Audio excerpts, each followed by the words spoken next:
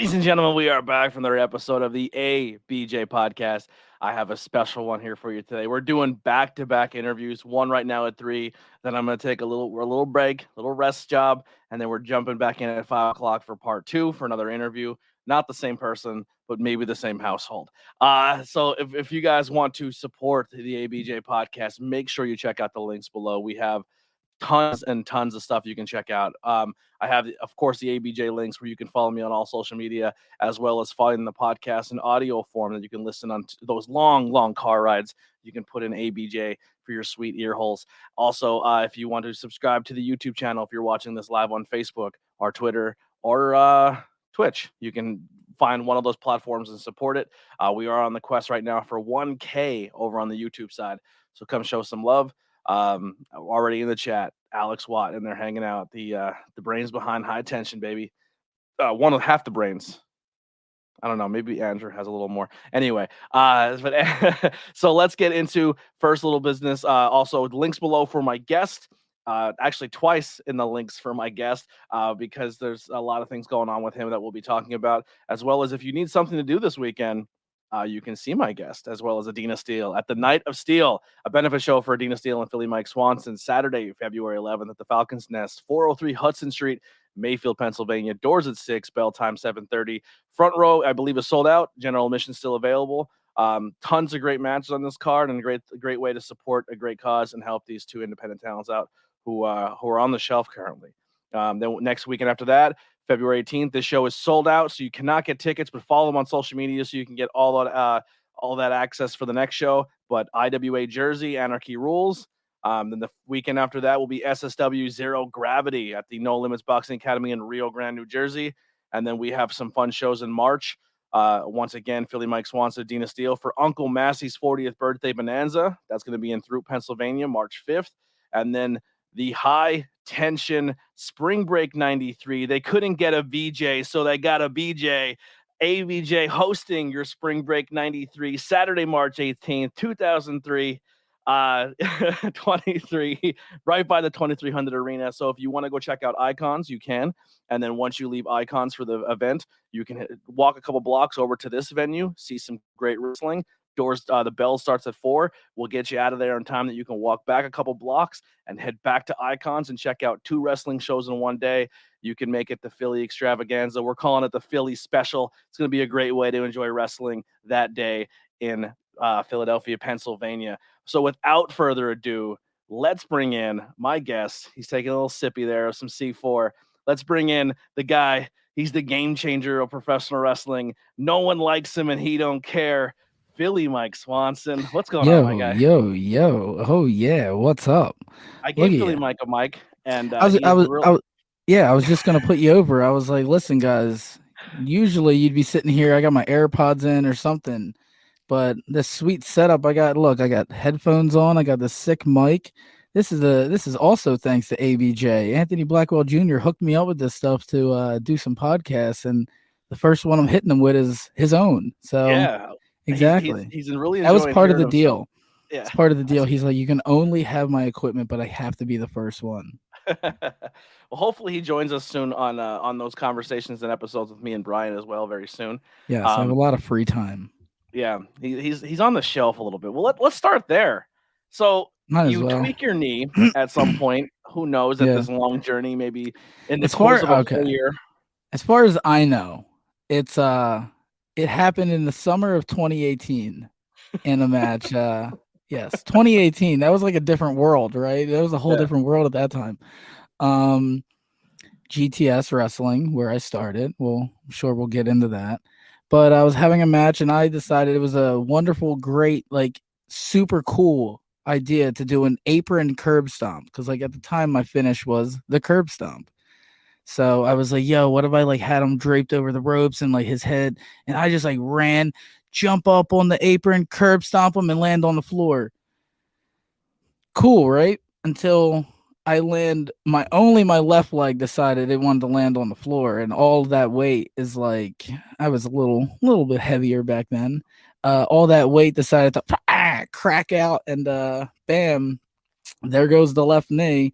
You can see Grim slows it down slow mo. It's clear as day. Like he calls we at the time we were like, oh, you hyperextended it. It's fine.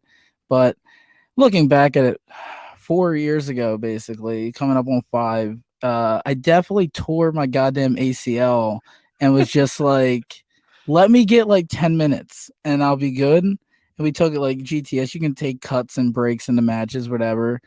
And me being a determined little dude who just a year in the business was like, I got this, dude. I gotta make a name for myself. Here we go.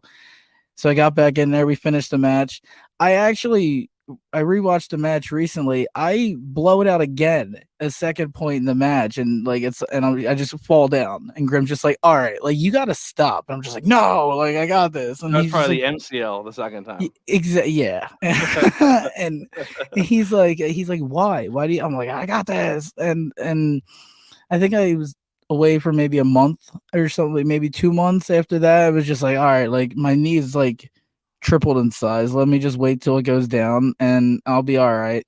I went to the hospital and they gave me an x-ray, but nothing was broken, so nothing came back. I needed the MRI, didn't get the MRI. And yeah, I just kept going. And What kind of I would hospital you're like say, you walk in, you're like, I blew my knee out. They're like, let's do an X-ray. You're like, dude, I don't have insurance. That's the issue. I don't have yeah, insurance. they just get you So in they and don't out. give a shit about me. They're like, listen, dude, like this kid probably won't even be able to pay his bills. So give him whatever. He wants the x-ray. We'll give him the x-ray. So I was like, I'm fine. Whatever. We'll work through it. I'll buy a knee brace. That's what I see wrestlers do, right? They'll buy a knee brace. It'll be cool. It'll be awesome. I was back. I was killing it until like random matches here and there over the span of 4 years. My knee would blow out, but it was cool. I would get back up. And yeah, eventually it just kept on happening. And I'm like, all right, this is not something that's going to heal itself. Let's suck it up.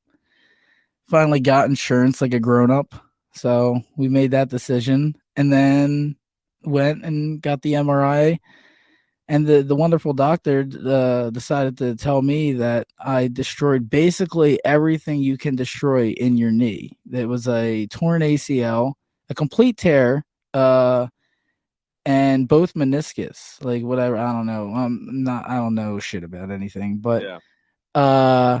both meniscus and a torn ACL. And he was like, how are you walking? Like, you don't walk around with like a bandage on, like a wrap or anything like that. And I was like, dude, I do Like, a lot. I wrestled yesterday. Yeah, as I was literally, thrown off a U-Haul truck yesterday. yeah, I was like, I mean, my back and shoulder hurt from my match, but the knee's chilling right now. I was like, when it gets cold, it'll suck a little bit more, but right now we're fine. Like, dude, the winters would suck. Like, I'm in my early 20s, and here like a winter time would be coming around. I'm like, here we go. Yeah. Like, I was like, all right, something's wrong. I'm afraid to go to a doctor to check my joints because I know 100% nothing's torn because like it's almost impossible for me to tear muscles, but all of the cartilage and stuff that like the cushion that goes around my joints, dude, I'm bone on bone just because my disorder just destroyed it. And that's what I mean. Like, I would sit here and moving stuff around on my knee. I'm like, this is not in right. This is not in place. Like something's wrong here. And like, I'm like, oh, all right, let's do the grown up thing and let's get the surgery. So you found out you had a MCL, ACL, tort, and meniscus destroyed. Yeah, and the doctor's like, yep. your surgery is scheduled for December. What was it? It was like a well, Tuesday. that was the thing too. When I went to the doctors, I said I will do surgery, but I want to finish up all the bookings. I had like, I think you're an animal. Look, I've been wrestling 4 years with this tour ACL. I think I can finish out maybe 16 more shows. Like, I got this. So I was like, I had bookings lined up for the rest of the year. I was like, all right, you know what? New year, new knee. Maybe that's what that's what we'll do. We won't take any 2023 bookings. So like people would hit me up and I'm like, yo, like that's the new t-shirt. Um, 2023, Philly Mike, new year, new knee, or new year, new knee. but I'm like, look, I wasn't really being open with that I was getting surgery yet. I was like, look, but I'm not taking any New Year bookings. Sorry. So I was turning some people down, and it would suck because some like cool things would be lined up and people would want to do, and I'm like, fuck, But so yeah, I had the few bookings lined up, and I said basically we got to setting the surgery date. Here we go. I said, my last booking is December 11th. What do you have after that? And well, no, first I said late December. Late December is what I said. And she's like, we have December or no, I got it mixed up. Their first thing was the week of Thanksgiving. And I was like, no, I was like, I kind of want to finish these things in December. I was like, what do you have in December? And they I was like, after December 11th, is that fine? And they're like, we have the 13th. And I was like, well, that's 2 days after. That seems like enough time. I was like, wrap up the last match of the year because I'm all about, dedicating, giving my goddamn body to professional wrestling because I'm smart or idiot. I don't know, one or the other. Passionate. Yes, that's the word they like to throw out there. Passionate. Yeah. That's how we describe the idiots, right? Passionate. We're so they say in passionate. Jackass, if you're gonna be dumb, you better be tough. We are so passionate. It's such a fun word, like, oh yeah. But we're idiots when it comes down to it. So yeah. They're like, and my buddy says to me, he's like, you idiot. He's like, don't you know 2 days after a match is always when you're the most sore? And I'm like, damn it, you're right. So like, they're gonna give you drugs. Yeah, going in there. But it was cool. It was fine. The last match I felt good, so no, I didn't mess anything up in that last match. So that's all I. Yeah, if you go back right now and you go check out the latest Smash Master shows, if you go back and check out the latest High Tension shows, you go back and check out the latest Grimm's Toy shows, tons of other promotions, SSW, he's working that entire time pretty much. If it's anywhere between October to December, he's working knowing he has a blown ACL, MCL, and no meniscus. And he's just like, I'm not saying a word to anybody until December. Yep. Yeah. And that was the thing too. It was that deciding factor whether I wanted to announce it ahead of time or kind of like do that last match so like it's a normal match and then be like, hey, here's a post, guys, I'm going away for a while. Like, we talked about also possibly making an angle where a wrestler like beats you up and blows your knee out and like attacks your knee with a chair real bad. Like that was talked about as well. And that was the route we kind of went with. It was, let's break the wrestling fourth wall, how we fucking you made love the post doing. saying you were going to get surgery before you did the angle. So I said I'm all about storytelling in wrestling. It's my favorite goddamn thing. It's the reason we all love wrestling, right? So I wanted to tell a story out of basically nothing. And me and Jay Bougie wrestled once at Sanctuary. It was a match that just was thrown together one night. We had fun with it, but we didn't do much. We kind of kept it easy. But Jay Bougie is one of the superstars of indie wrestling right now, and there's not many superstars in indie wrestling. There's a lot of pro wrestlers, not many superstars. So Uncle Masty, I asked him personally, I said, hey, there was different plans set up for that show. I said, listen, this is my last show. Do you happen to have Bougie booked for this event? He says, yes. I said, if there's one thing I ask you, could the match be against Jay Bougie? And he took a bit, but he said, you got it. Do you know what the match Bougie was supposed to wrestle? I don't know what Bougie was supposed to have, but I believe it was supposed to be me and Skylar Kincaid. We were supposed to continue that kendo stick match that still never got to happen. We were just card was subject to change. You shaved your beard for it. Yeah, I know. Sierra kicks my ass about it all the time. But so we were just going to continue that because that had to get changed, and I was fine with it. But I was thinking bigger picture here.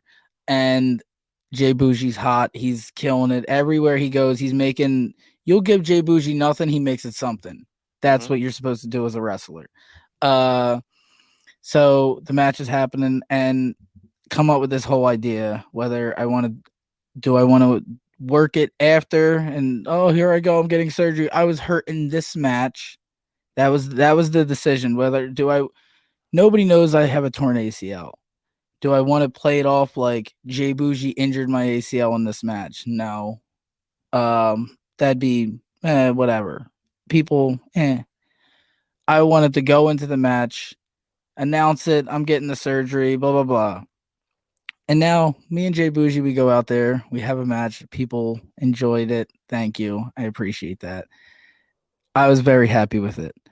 But the post match thing is what I was more like pleased, I guess you can say, and happy with, because it was the exact vision I had in my head. Was I wanted the beatdown. I wanted they already won. The spoiler alert. Sorry, Jay Bougie beat me. They I think it already is up won. right now. You could watch the match. Yeah, you can watch it on YouTube. Check out Smash Master Wrestling. Check out Smash Master Wrestling. He's uploading all the content right now on the YouTube for free, guys. You can watch his stuff for free. Share it around. There's so many bangers in these shows. It's insane. But so they're already beating me down. Here comes Bougie with the chair.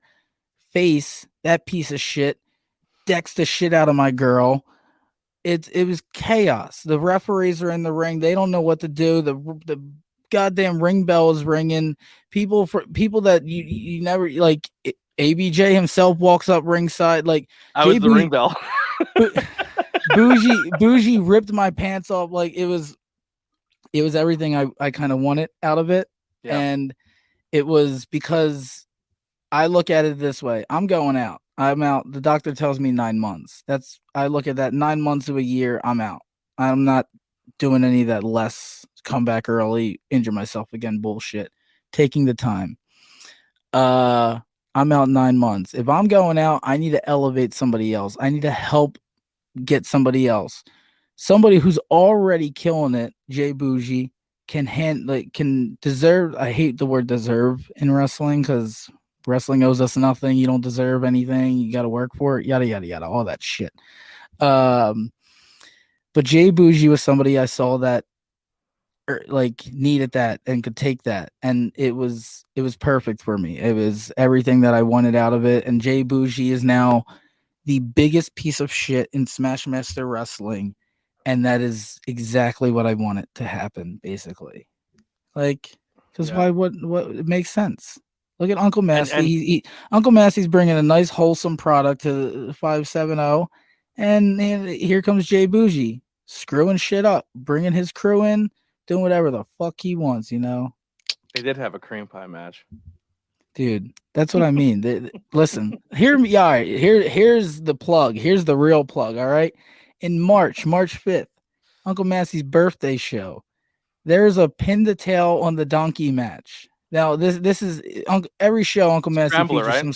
some sort of scrambler. Yes, yeah. There's always a scrambler featured on the show. This time got a little bit of a twist to it.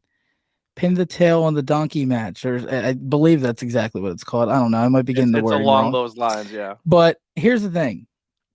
This match features some of the best talent in the area that people don't understand what they're in store for. You got Tommy Vex. Who, hold on. I messed up. I said best talent. It includes Tommy Vex. And then you get to the good talent. Daniel Alexander, who's literally the next big deal. The kid who pulled cream pie was wholesome as fuck. Pin the tail on the scrambler. Pin the tail on the scrambler. That's right. There we go. All right. So you got Daniel Alexander, who's killing it. Everywhere he goes, banger, banger, banger. You got Vinny Lee Glamrock, who personally I only found out about a few months ago, but is one of my all-time favorite people now to see at shows. He's awesome. If you have the opportunity, if you're a wrestler and you share a locker room with Vinny Lee Glamrock, talk to this dude. Just have a discussion with him, dude. You will learn so much more than you realize. It's awesome. I'm happy for bringing him into the fold, and that's someone we're seeing more often at our shows. Hell yeah. You got Yeah. AJ Evers, that dude who's somehow, some way pulling out every goddamn win in the scrambler. It's Scrambler insane. God. He has not lost one. Every single scrambler he's won. They had a masked scrambler back in October for Halloween. This dude comes in a goddamn lucha mask and wins. Are you kidding me? And then look, you have Grimm's Toy Show. Grimm from Grimm's Toy Show. Listen to me. I've known Grimm my entire run. It's hard to get this dude out of Jersey. So we're bringing him out to PA. We're bringing him out to the 570 for Uncle Massey's birthday. And it's going to be interesting is the word I guess you can put scrambler. And you're going to get your money's worth. Recently lost his title, Grimm. Yes, listen. Yeah. There's a lot of stuff going on over there. There's a lot of chaos always. One promise you can always get with GTS wrestling is the word chaos. Dude, that is one of the craziest fan bases I've ever. And when I say crazy, I don't mean that in a negative way at all. You are telling me, bro. I went to one show and I just sat and watched. I just gave you a ride, and I get messages all the time. They're like, "Are you part of the roster?" I was like, "No, I gave a guy a ride one show." Because they see us together at places, they think I'm a GTS member. I'm like, I'm not a GTS member. One of my favorite things is people when they're first time appearing on GTS and seeing the aftermath. I like calling it. Like once you appear on GTS and that video airs, boom, here comes the followers. Boom, here comes the random comments, the random DMs, the trolls instantly. There's no here comes all the YouTube comments about you, and it's the random like fan edits and shit. It's insane. There's a fan like there's so many reputations that GTS holds, but there's a lot of times I've seen the countless amount of wrestlers I've seen come to GTS to, if you want, as the kids like saying, boost their clout and get those followers. Simple, the boom. Oh, if I appear in like 3 videos and get followers, I'll be over as fuck, brother. Like it's. I love it. He just put out a piece of content that I think is probably my favorite thing he's ever done. Just recently, where he went to the con and essentially apologized to Nia Jax because he was doing like back in the day. He was playing up that character that people wanted him to be on YouTube, and he said really like hurtful things about Nia and her weight and her appearance. And I guess they had like a Twitter beef, and I guess she was essentially gimmicking it the whole time. Like she wasn't really offended. She was just kind of like battling with him. Gimmicking it. That's what she likes to say now. Yeah, and then when she's seen him, she's like, dude, I was going along with it, you know what I mean? But like it was kind of dope for him to walk up and be like, hey man, I'm really sorry I said that. That like me saying that and getting the backlash like changed who I am as a person and how I do my content. And things can be hurtful if you say the wrong thing to people, especially female talent. Yeah, basically there's been multiple times where cancel culture, before it was even a thing, Twitter has tried to cancel Grimm for being Grimm. He is like, here's the thing. There's Grimm, there's Dave. There's 2 different human beings. He can play as a character. You ever meet Dave? Trust me. It was not seeing Grimm, it was seeing Dave on camera. Yes, exactly. You will see they're not alike whatsoever. But it was Grimm being the longer back videos you watch, the more extreme the Grimm character is, because it's just how the world was, you know? And so, this was like, again, 2018, and people were just coming at him and like trying to get him. And Nia Jax retweeted. And once the WWE superstar acknowledges it all, it's fucking over for you, dude. Like you're you got the big fan base, but WWE, you can't fucking compete with that. Yeah, but it was a good piece of content. So I loved it. Yeah, it was good. I like that he was on the same event with her, and it worked out like that. Yeah, I thought it was. But she tried to play it off like she was working him. I'm like, get the fuck out of here, bro. Get the fuck out of here. Yeah. You know the camera's on. That's why you're saying that shit now. Well, no, she didn't. He kind of had his girl hang back. And then he's like, hey, by the way, this is being recorded. Are you cool if I use this? And she's like, yeah, I don't care. They always But know when the camera's on. yeah, if Grimm's around, you probably know there's a camera on. Grimm's character development has definitely been reflective of society. Wait until I start applying social construction to my promo. There you go. I love There it. you That's go. Precious Ruby Rudo. Yep, Who's Precious. who's wearing your gear? Your Philly Yes. Mike DJ gear. Yes, I was for one month of the I forget what year, but I want to say 2019. I found that I guess I bought it originally as a Halloween costume, It's like MC and Hammer clothes. yeah, and I was just at like a Spirit Halloween. I was like, yeah, let me grab like I never just buy a costume. I was like buying random shit and putting it together. So I was like, let me do like the fucking old school rapper shit. That's fun. Why not? So I did it, and I liked how like the gold get up look, the parachute pants, whatever they're called, and I was like, I like this. It's cool. It reminded me of like Sabu. Like Sabu kind of had like baggy pants like that.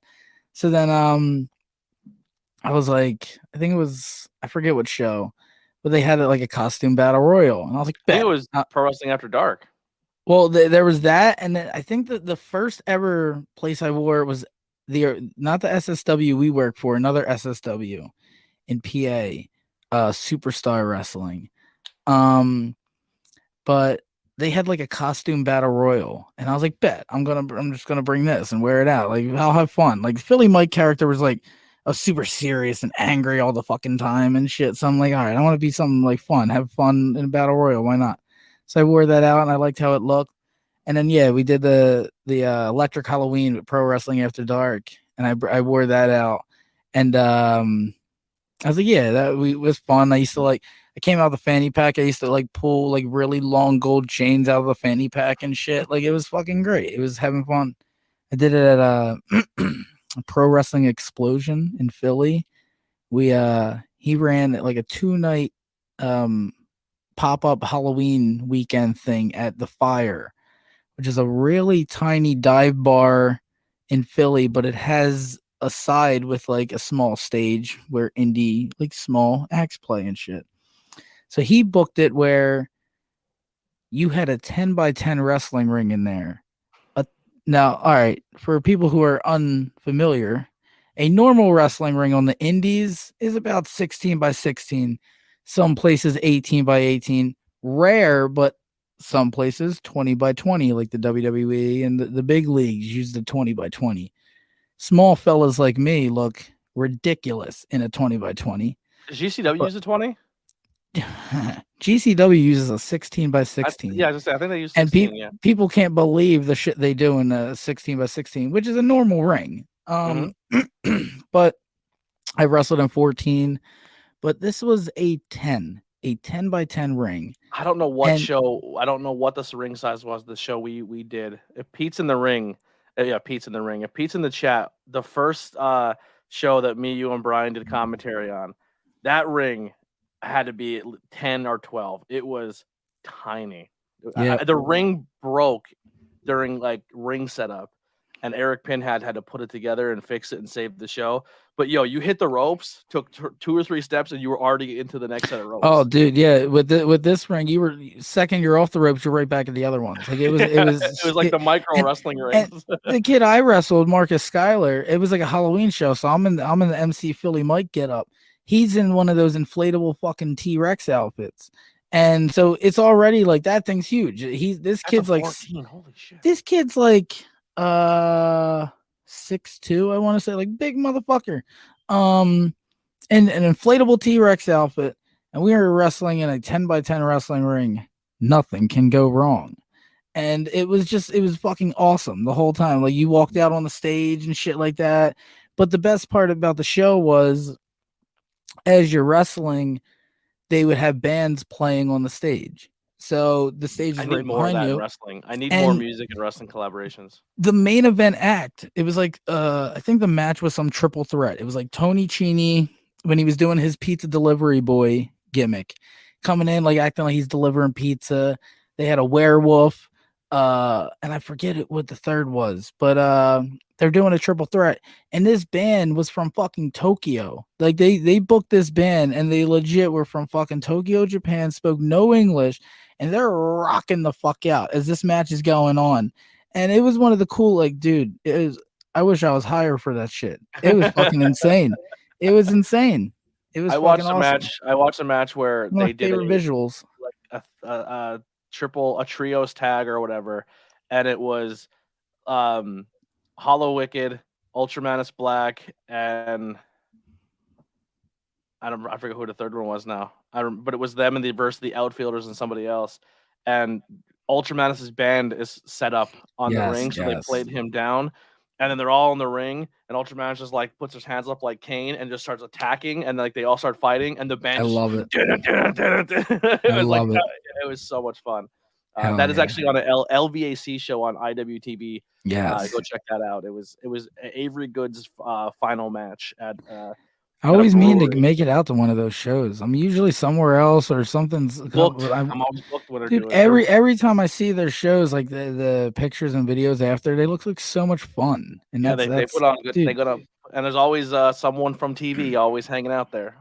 right? If Yeah. Cassidy's not there, then I think Eddie Kingston was at the last one. Yeah. Um, They all people got good who, friends, man. Good yeah, friends. It's they all all about met who up. you know. Like Who they you met know. somewhere. Dude, doesn't matter what you do in wrestling. It's about who you know. Absolutely. Come on now. Well, let's rewind here. How did you get into this insane thing called professional wrestling? How did I get into it? Like as a Yeah, fan or just as a wrestling? fan. Well, as a fan, then transformed into a talent.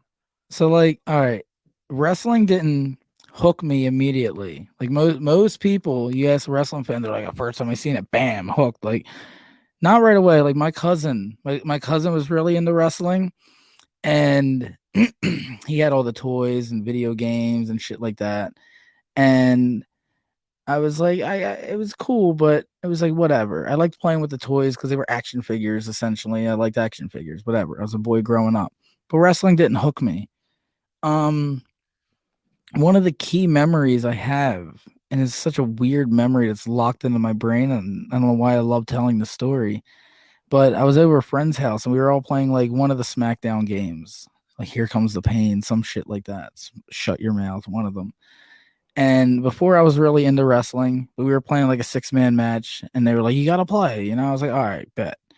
And for some reason, I picked Scotty Too Hottie, and I was like, "This dude sounds fucking awesome." Like if I was a wrestler, I'd want my name to be Scotty Too Hottie, because why wouldn't it? Like right away, you're telling me what you're about. Like you're the man. So I was like, all right, bet. And they're like, yeah, his finisher's like the worm. And I was like, what? Like, so I didn't know what was going on. But that's like a key memory that's locked in my brain. And like the one time Scotty Too Hottie came to GCW and wrestled Janela and like did that whole thing, dude, it was one of the coolest fucking things I ever got to be a part of and just sit there and watch. I was like, yeah, I was like, dude, like that's like holy shit. And but the memory that I say, like the day I fell in love with wrestling, which is really weird, is the day Eddie Guerrero died. And it was because like growing up, it was like I watched wrestling here and there, with my cousin. I believed it was real as a kid. But then, I always had those older cousins. Yeah, it's fake. Why are you watching that fake shit? Blah, blah, blah, blah, blah. So more and more, I'm like, even as a kid, trying to decipher how the fuck is this fake? No, there's no fucking way. But then like I started to figure it out. And then as I'm getting older, I'm like, all right, yeah, obviously this shit's fucking fake. But they're how are they perfectly jumping over each other?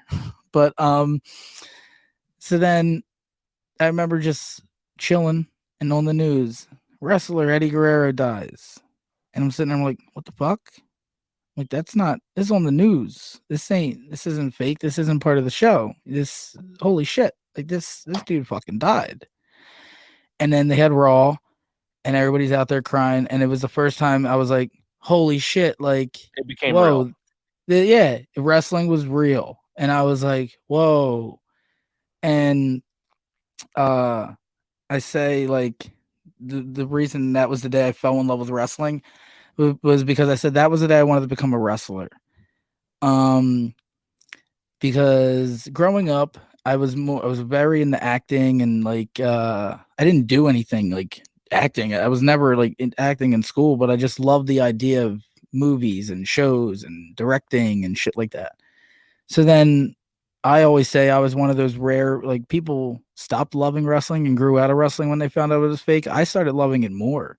I was Mhm. like, hold up. So they're actors and they're doing this shit and it's cool. Like they're actors that get cool ass entrances and fucking pyro and lights and like what they do all this shit and they're just like they're working together. This is like that's fucking cool. Like well, I want to do that. That's fucking I want to do that. And so that was like the connection. I was like, okay, this is real. All right, they're like, all right. And I was a hardcore WWE kid, and then TNA started popping off, so I became like a TNA. I was for a few years, I was more about TNA. I was like, this is cool, man. This is like a little edgier. And then I started going to indie shows and shit like that, and I was like, oh, okay, this is like right up in my face. This is fucking cool. This is awesome. And just from there, it blew off. You know, it fucking took off. Indie shows were the way to go. You know, like I kind of stopped going to more of the bigger shows and it was just cool developing relationships, you know, with people, whether it's fans or wrestlers. I know people in wrestling that we like we're wrestlers now. We're both fucking doing shit, but we were just going to shows together at the ECW arena, showing up to House of Hardcore, just hanging out.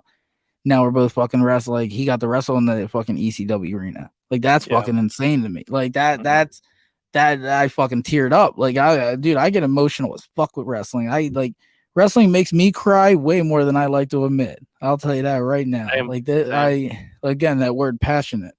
Bro, Uh, I sometimes get that way, like when like if you know, and it could be just in an indie show, like you just know, like on a car ride up, how like sitting talking to you or Riley, that like yo, this means something, like because we have those conversations before the show. It's like mm-hmm. today means something to me because this is a moment like this. Today's that it's gonna be special, Yep. um, and it's just like and then we go to the show and then I know behind the curtain your mind state going into it and then I see you hit the curtain and you can physically see that on you and then Yep. it's more than just a match or performance, like this means something to you and then you go out and kill it and the crowd reacts to it and then you're sitting there, I'm like you know what I mean, like That's what, dude. I love it. I say it all the time. People like I know way Hawthorne too many. Hawthorne and Ace Austin almost got me. Yo, you're telling me, dude, he did get me. Yeah, I was on I went up to commentary that trying to keep it motherfucker crying at together. the end of the night, dude. Yeah. Uh, but yeah, dude, I love watching. Like, there's too many people that go to indie shows and like don't get booked on the show last minute. And they're all sour. They're hanging out all like fucking down. Like, shut the fuck up. Sit down. I bet you got like 7 fucking friends on this show. Sit down, cheer for them, enjoy them, and like watch what they're doing and watch what Yep. they're doing right and wrong and fucking. I love that shit, dude. I had to learn that. I had to learn I that. love going to shows and just watching my friends fucking kill it. Mhm. And dude, ask people if you don't kill it, if you shit the bed, I'll fucking tell you, dude. My boy fucking a few weeks ago, he fucking walked out the curtain wearing some crazy ass fucking gear. And I'm like, what, dude? I go up to him at the end of the night. I'm like, bro, I love you to death, but what the fuck was that? Don't ever wear that shit out there again, dude. Like, and they like, you just need to be real with people, man. That's how everybody gets better in this shit. You can't front with people. You can't fucking lie to people or bullshit people. Somebody had a bad match, you fucking tell them, dude. If they had a good match, you fucking tell them. It's that simple. Yeah, I had people tell me sometimes when I was doing things on commentary that wasn't good, and they're like, "Yo, you have to adjust that." And I was like, "Why?" They're And like, "Because you just called it a spot," and I went, "Oops." yeah, there's I did stuff that like once or twice. that. Like somebody sent me a promo the other day, and they're like asking me how it was. I was like, it's good, but you're using too many insider terms. Yeah, Like I was it doing that depends. on commentary for a little bit. It's it depends where you're at. Like if there's some feds that are like all fucking, oh yeah, we have smart marky fucking crowd. Yeah, whatever. They pop for that shit. But Mhm. if it's a fan base that is not gonna understand what the fuck you're talking about, then yeah. But Yeah. So how did you transition then from a fan to finding your first school and getting into professional wrestling? so basically, fucking, I started going to indie shows more and more, and then that was the thing. Like, I felt like I was robbed a lot of the whole like even though I am a fucking backyarder, I feel like I could have been yarding much younger. And You're so upset you I was couldn't yard robbed it of that longer. growing up, knowing backyarders and fucking going to all these like learning how to just wrestle on my own kind of thing.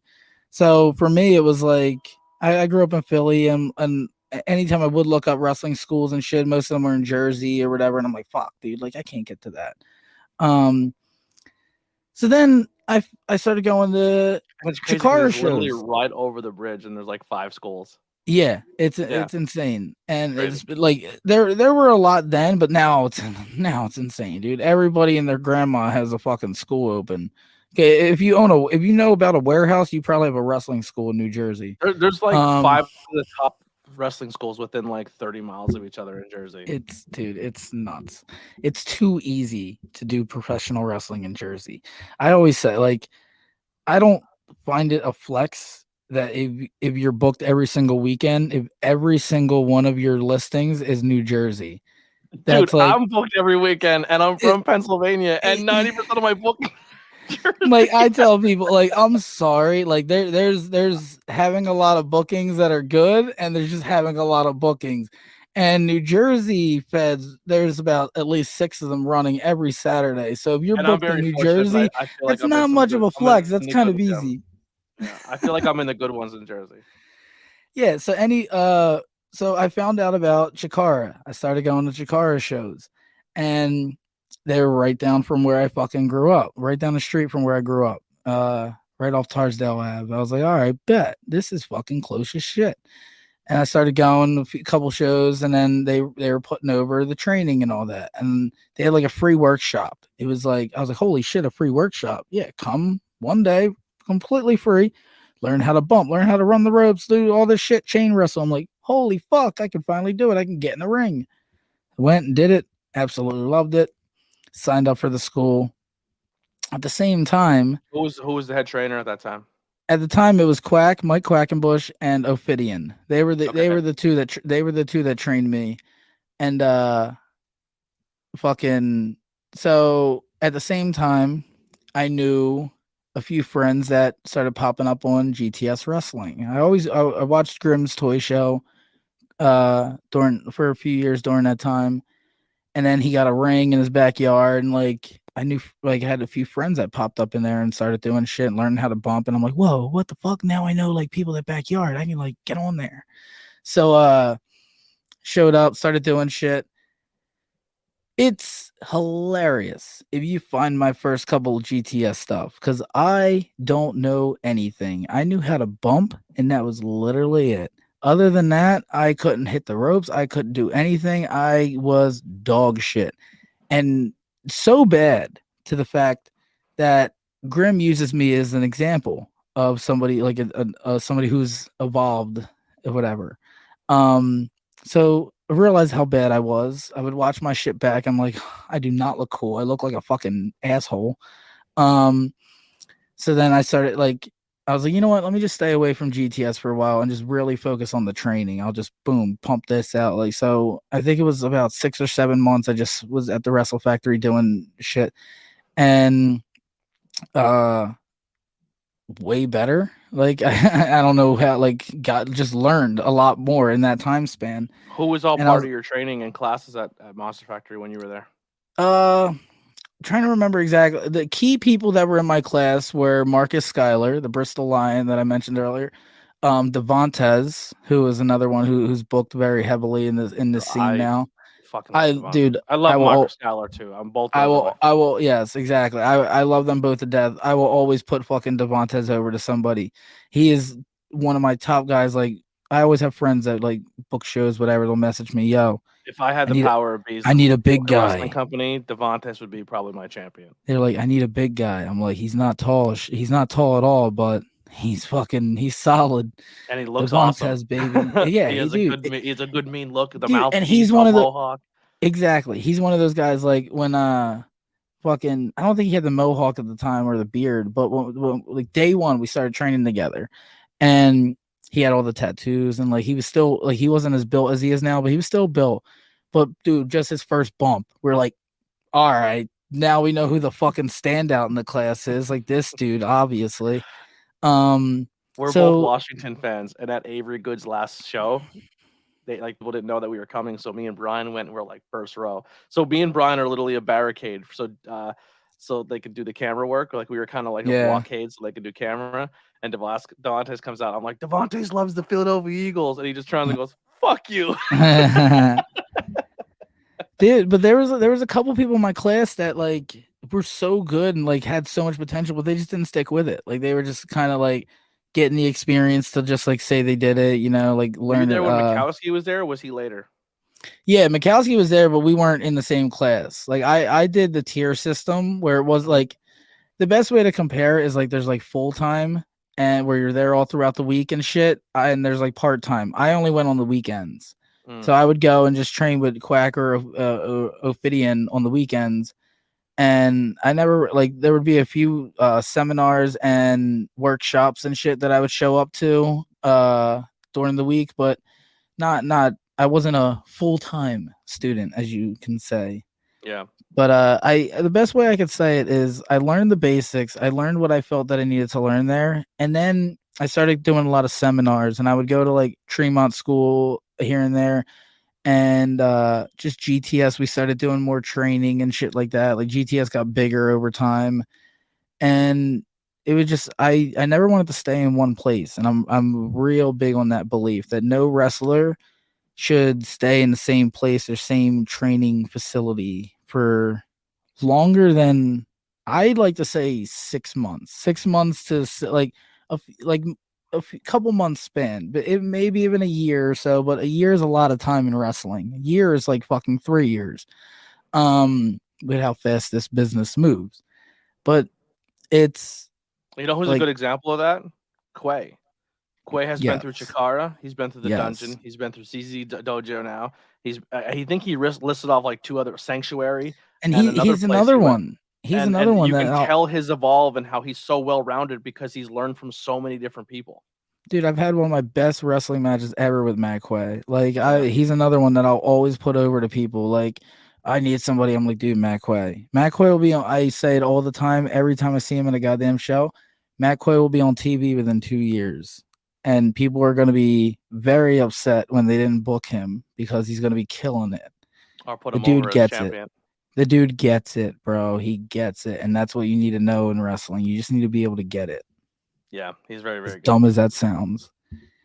But yeah, fucking so nobody there. It's a proven track record that people that stay in one place for so long, they don't get that right. They either get complacent and they stay and content and they're just stuck there, or they all wrestle the fucking same, dude. I hate that shit. I hate when I see wrestlers come from school and they all wrestle exactly the same. Like that's not what wrestling is. Every single one of us that do this is supposed to be unique. We're in some sort of way. Even if we're copying or parody or fucking tribute act to something, we all need to be unique in some sort of fucking way. Like I get like there's a lot of people that put over the whole too many wrestlers wear shirts when they wrestle and shit like that. I get that. I'd be a shirt But wrestler. I get that, but if we were at the same time, we were all shirtless. The fuck would be cool about it? Then we'd be like some weird fetish to me. Dude, that's like, why I love Kevin Owens, man. He just looks different than everybody else. Yeah. Oh yeah, dude. My And he's favorite good.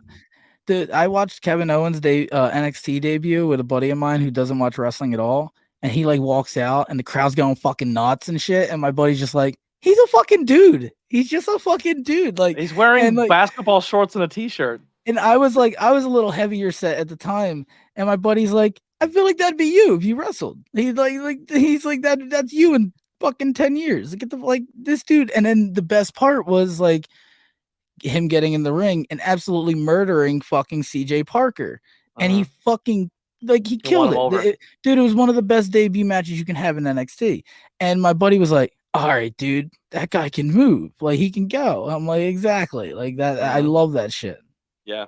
You guys just go. So he wins people over. That's what's beautiful about him and like Sammy and people like that. It's just like you look at them like, what makes you different? And then you just watch them work and like, oh, that's what makes you different, dude. Exactly. Like everybody is fucking unique and different. Yeah. So yeah, you Chikara, then you start going GTS. What are some of your favorite stories or memories in your years of wrestling, like maybe a match you had or a behind the scenes story that you can tell without getting people incriminated for crimes? um, I don't know. Try to been through a lot of interesting and dumb fucking situations. That's for sure. While you're thinking, I'll segue to this. So Yeah, another thing that makes me I'll very come to excited, something. that makes me excited for you, and Rosh Uncle Masty kind of alluded to it earlier on. You're the gateway drug of professional and independent wrestling, Yes, because yes, you'll message one of us and be like, "Yo, I need a you guys want to go a car ride up?" And essentially, it's you need a ride, but you're getting a car full of people to go somewhere. But yep, it sounds, when you say it, it sounds like I don't have a ride and I'm being selfish. I need you to take me. But your yes, mind state is no, no, no. I do need a ride there. But if I can bring a carload of people, I'm going to put everyone in that car over to where I'm going and try to get you guys to work. And exactly. 9 times out of 10, if you go for that car ride, even if you don't get booked, you're going to make good connections. You're going to make good friends, and you're going to be exposed to a new market. And I've seen you do that for myself. You've done it for Rosh. You've done it for Hawthorne. Like, if Philly Mike, look at the camera, if Philly Mike comes to you and says, "Do you want to get in the car and go somewhere for this weekend for wrestling?" Go. You will have a blast. Yeah, yeah, it's you're gonna get something out of it, hopefully. Yeah. But so yes, it's fucking part of me's an asshole that doesn't drive and doesn't have his license or a fucking car. But exactly, like you said, I wouldn't hit up people that I know wouldn't benefit from the situation. Like Yeah. when I know you're coming, you're driving me somewhere, I hit up the promoter. I'm like, "Yo, bro, what's the commentary situation?" Like I'm trying to get you work before we even get there. And even if it doesn't work out, 90% of the time it works out. It's very rare it doesn't. Like, honestly. Well, even with the Grim Show, I literally just set my GoPro up and I gave him another angle. I don't think he ever used any of the footage, but Yeah. he seemed very appreciative that I walked in with a camera and I was just trying anything to participate, you know? And I was checking the other day on your channel. It's one of your like most viewed video is something from that show. Like Yeah, it's Riley beating the shit out of you in the corner. yeah, like it helps it's a fucking 20 something second clip, but it Mhm. boosts like thousands of views on your channel. It's Yeah. simply because it was GTS wrestling. Mhm. And it's I can't stress enough the power of GTS to people. Like one of the craziest things I ever saw was like TikTok was first starting to pop off and shit like that. And at the time I had a custom wrestling theme. I don't really use it anymore, but it just doesn't fit what I'm doing right now. But I had a custom entrance theme, and it was on TikTok. The sound was on TikTok, and I was tagged in a video, and it was these two little brothers wrestling each other in their living room, like as to the sound of the Philly Mike song, and they're GTS fan, but they're from fucking Pakistan.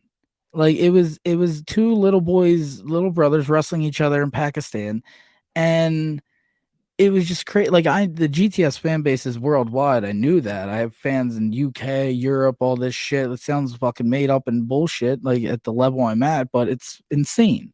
Mhm. But that was the craziest video I got to see where I'm like, holy shit, like these kids know who Philly Mike is. I'm like, fucking, it's just, it's crazy. It's crazy. And You have a kid in Pakistan coloring his one tooth in, so it looks like yeah, it's missing, flipping everybody off. yep. And like, dude, there's been times like I'm out in public, just somewhere, not wrestling related, and are you Philly Mike? I've been walking home from fucking work. I've seen it happen. Guys have pulled over and said, "Yo, you Philly Mike?" Like it's insane. It's insane. My favorite wrestling story is me and you in a gas station, and this cop walks in. Yes, This is great. yes, Cop walks in, and wearing this fucking shaved jacket head. right He's here, wearing this brother. hoodie, and this cop walks in and he kind of stands by us. No offense, Mike reeks like weed. Oh yeah, And the cop always. walks in and he looks at me and he looks at Philly Mike and he looks at him again. He goes, "Yo," we just look at him. He goes, "MDK all day, motherfucker." And I was just like, Dude, I was like, "What?"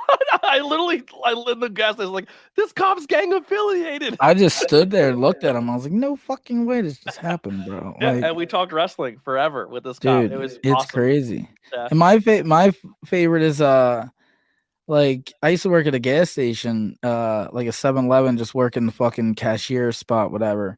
But there's been times where people came in and have recognized me, thought they recognized me, and like would leave and come back and be like, "Yo, I know where I've seen you from." But like I used to wear like GCW shirts or whatever there, and a lot of people come in, and especially after the Cardona and Moxley when they came in and shit, brought a whole new fan base to the product. Mm-hmm. They'd be like, "Yo, I seen that shit. I watched the video. I love that shit. Fucking Cardona and Moxley, Gage, all that." And I'm not one to be like, "Hey, I was fucking ringside for that shit." But like, it's just funny that like some people will be like, "Oh, I think I recognize you somewhere," or some people don't understand that I was there at all, or they do see. Like, it's just funny. We Like, met you so backstage at Outbreak, and then the week after Outbreak, Brian ordered the clusterfuck battle royal, and he's like, "Dude, Philly Mike's catching people!" Like, yeah, and I was like, "What?" yeah, And then we went back and watched. We're like, "Holy yeah, shit, there he is!" dude, it's fucking the amount of lives I have potentially saved at GCW is endless. My favorite like I don't know what it is, dude, about wrestlers. Like we'll do a lot of shit, but sometimes some wrestlers, man, when it comes to catching a dive, they're fucking pussies. They're just scared. They're like, like fucking, oh no, I'm gonna get hurt, bro. But you'll fucking do something off the top rope like Yeah. later in the match, and I take pride in catching people in dives. I love that shit, dude. Like, why fucking just hug those motherfuckers when they come at you, bro? It's not hard. It's really Mm-hmm. not. Like, you might get kicked in the head. Yeah, that sucks. But like, catch that motherfucker, dude. They're trusting you. The key word in wrestling is trust. If you can't get in there and trust somebody when you're diving out of a goddamn ring, and dude, you'll be lucky if you're working an indie show with a ring with floor mats, like something that's hard. It's going to be a hard ass floor. But like seriously. So I like started really getting in there and shit like that. There'd be a couple of us, but like I made it my like point to get in there and like help with the death matches. Like with sometimes like people don't realize the little shit that like when light tubes are broken, you need to crush them up, get them out the ring, because that shit can fucking gut you. And fucking what you call it Or stepping so on the ends or whatever. I yeah, learned that. Yeah. exactly. Yeah, yep. There's just little things. So catching the dives and all that. One of my favorite times was down in Dallas. It was like a scramble match. There was like 7 motherfuckers in the match, but Nick Wayne did like a 630 or whatever he did to the outside. And even though it was a scramble with like 6 guys catching him, I made sure to get in there and fucking help. And I'm dead center in the middle and I eat all of it. I just fucking catch him. We go down. This motherfucker runs up to me later in the night. He's like, "Philly Mike, dude," he's like, "I just want to thank you so much." He's like, "I watched that." He's seen the GIF on fucking Twitter. He's like, "I seen the GIF." He's like, "You fucking took all that." Here, this kid was terrified to do the spot.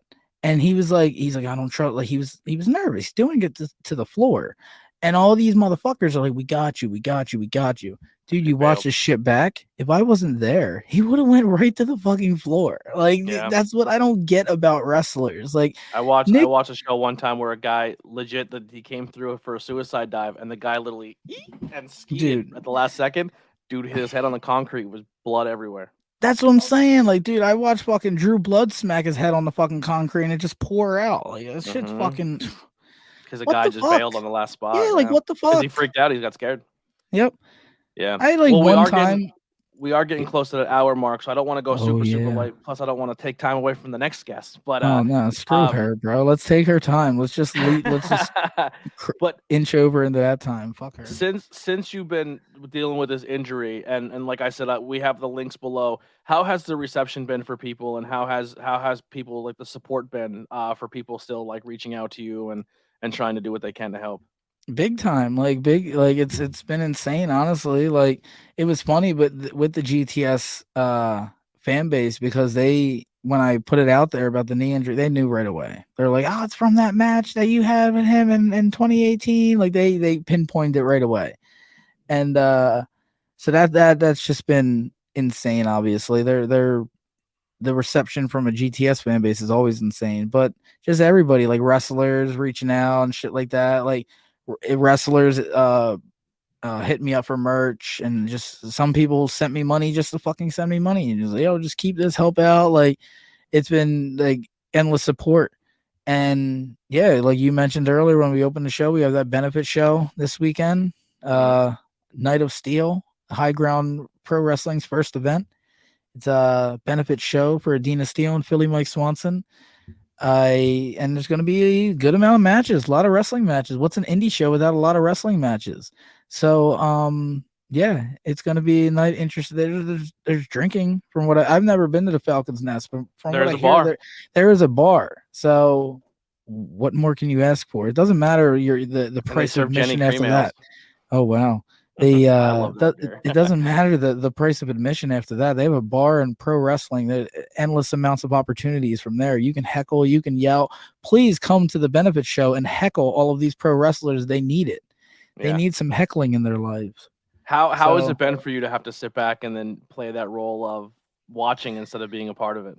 It's right now. I keep telling people like that's a lot of people have been asking me that, and right now I'm chilling. I guess you could say like I'm definitely the ideas are flowing like crazy, like as far as what I want to do for when I come back, but I haven't gotten to that like point where I'm itching like I want to get in there, I want to wrestle. I wish I was wrestling. Like right now I'm enjoying sitting back and watching, like I said, my friends do shit and just other people do shit, and like more people are getting to come to me with ideas and like all this shit, and I'm like helping with feedback and whatnot, and I enjoy that. I always say I come up with way better ideas for my friends than I do myself. My ideas for myself suck, bro. Most of my cool ideas have came from other people.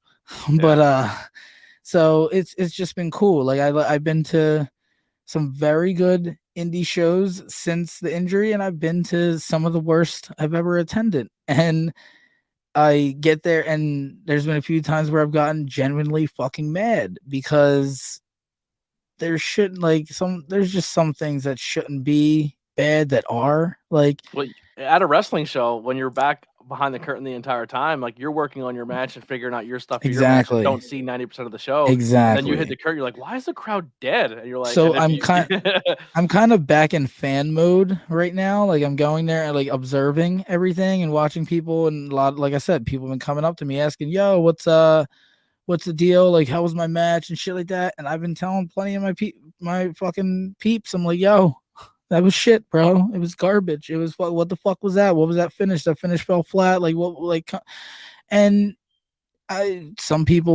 like seeing how people take it, because some people will take it like, what the fuck, dude? Like I killed it. If you think you killed it, you probably didn't. I have a big thing, and it sounds dumb, but if you think you're a good pro wrestler, you're probably not. All the good pro wrestlers I know don't think they're good. And that's part of the learning of wrestling. You're always learning. You're constantly learning. You're constantly filling your brain with new shit to adapt. And wrestling's always changing. So do you. You need to be too. Being humble is a big thing. Dude, being humble, just having your finger on the pulse with things and being open-minded. And I've known wrestlers that fucking 20 years I've been in this business, but you've been the same fucking thing for 20 years, and that's why you're right here.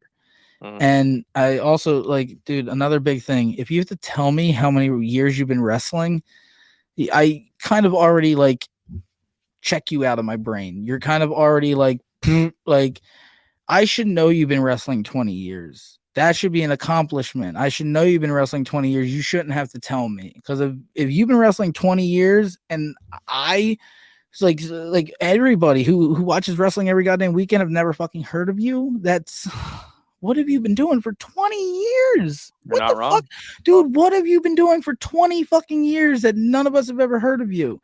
So it's that's a big thing with me. Like it's getting crazy. Outside. Well, a lot of people get stuck in that 20-mile radius bubble, you know? Yeah, it's exactly. And like I said with the whole Jersey thing, like, bro, if you're booked every single weekend and every single date is somewhere within like driving distance in Jersey, that's not a flex. You just you're cool with the promoter like dude, that. That's all. I'm telling you right now, just from an outside experience, dude, the Jersey scene is hungry for new faces. That's why do you think there's carfuls of PA people coming to Jersey every weekend? At the same time, they don't know what the fuck they're doing. Like PA products at least have like an idea for what they want out of their vision. Like they have visions. And the good Jersey people are looking at going, You should come to PA. Jersey's booking wrestling for the sake of booking wrestling, bro. They don't have I haven't seen one thing lately that had some sort of fucking unique vision or like anything different. Like it's just, you know what the sad thing is? A lot of times like I said, I'm very fortunate to be part of good wrestling in Jersey,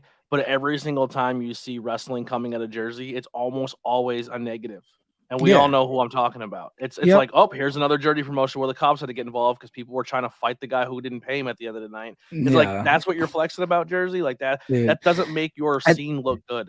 At that point, it's just a rib on themselves, and like, they're all marks for themselves at that point. Honestly, that's the big issue. They do everything to pop the boys instead of worrying about putting butts in seats. If your number one fucking priority is not putting fucking new fans in your seats every month, what are you doing this for? Yeah. Fuck your internet shit and your fucking, oh man, we're buddies again. Now we're not buddies again, dude. Go fuck off. All right, like you know what that tells me? Nobody paid attention to you in high school. Nobody paid attention to you in high school, and now the internet is like a popping thing. And you found a community within wrestling because that's easy, and you feel welcomed. Oh, you're a promoter, so now you have some sort of power and say. No, dude, you're still a fucking loser. Come on, bro. You got some money. Oh man, let's kiss up to you. Yeah, they're in love with themselves. They love all the attention. I love the attention, but for the sake of pro wrestling, brother. Before we get unbooked, let's end this one. Philly Mike, I love you, brother. Thank you so much. You're going to see more Philly Mike now that he actually finally set the microphone up on hopefully joining us on Thursdays and Fridays. It was a lot easier than I expected. Yeah, you nailed it. I'd seen the Snapchats of you like listening to your own voice in your head, and you're like, oh. But yeah, thank you, Mike, for hanging out and joining. We're gonna take like a quick break here, and we'll be back at 5:00 with our part 2, episode 27 with Riley Crow. Holy shit! No way. You were able to book Riley Crow? Yeah, no bro. way. Oh it was not easy. You know what I mean? I had to pull strings. I had to open up the checkbook. You know. Damn. I was surprised she didn't no sell your DMs, man. She's a diva. She's a diva. She's a strange bird, you know. Strange bird. She's a strange bird. Shut up, D. All right. Yes, this was fun. We will do it again. I'm gonna make her do the waving inflatable arm 2-man dance. Oh man. Oh, here we go. Yes. Yes, make her do it. What? It gets better than Mike. That's right. Oh wow. Yeah. Look at Alex. Alex is a Riley Mark. Dude, at ringside said a great interview. Thank you guys so much. Please, once again, links below to support Philly Mike. He's got t-shirts, 8x10s, lighters. I may use this lighter every single time. There it is. I smoke cigarettes. Yeah, guys, I have lighters and t-shirts. If you don't like the stuff you see online, just hit me up, bro. I got t-shirts. I'll ship them right out to you. Yeah, it's cool, man. Only $25. We got this. I got support this guy. He'll do cameos. He'll send you birthday card readings. He'll do anything you need. Yeah, I will book me in a cameo this week, especially because I'll make it a point to send you a insult and make fun of you that your team is not in the playoffs and mine is. So that'll not even the playoffs, the Super Bowl, motherfuckers. Yeah. So that should be a bit. Pay you $10 and don't go through Cameo. Just private DM you, and then you'll make fun of them. Private DM me $10 so they don't take any money from me. Screw that. They take a percentage, guys. Yeah, they do. Little known fact, everything they take a percentage. So just I got Cash App, Venmo, PayPal. Hit me up, guys. Send me the money directly, and I will send you. I got a lot of free time, guys, and I got this cool microphone set up now, so I'll send you whatever. Yeah, and also if you want to book Mike on your own podcast, hit him up. He's got, like I said, he's trying to get his name out there, trying to stay in the scene. Follow him on all social media and show this guy some love. Thank you so much once again, Mike. We'll see you very, very soon. I see you all the time. I feel like we're like roommates. Yes, now. I'll be seeing you Saturday at High Ground Pro Wrestling's first ever event, Night of Steel, a benefit for Adina Steel and Philly Mike Swanson. There it is, right there. Flash. Look at that. It's at the Falcon's Nest, guys. I heard it's pretty cool. Come check it out. It's a dope venue. Very, very dope venue. Me and myself, BP, will be on commentary. It'd be a great time. Come on out if you can. If you can't, like I said, just hit them up on social media. Show some love. Leave those comments and likes. And here's some Billy Trey. DMs. We're out of here.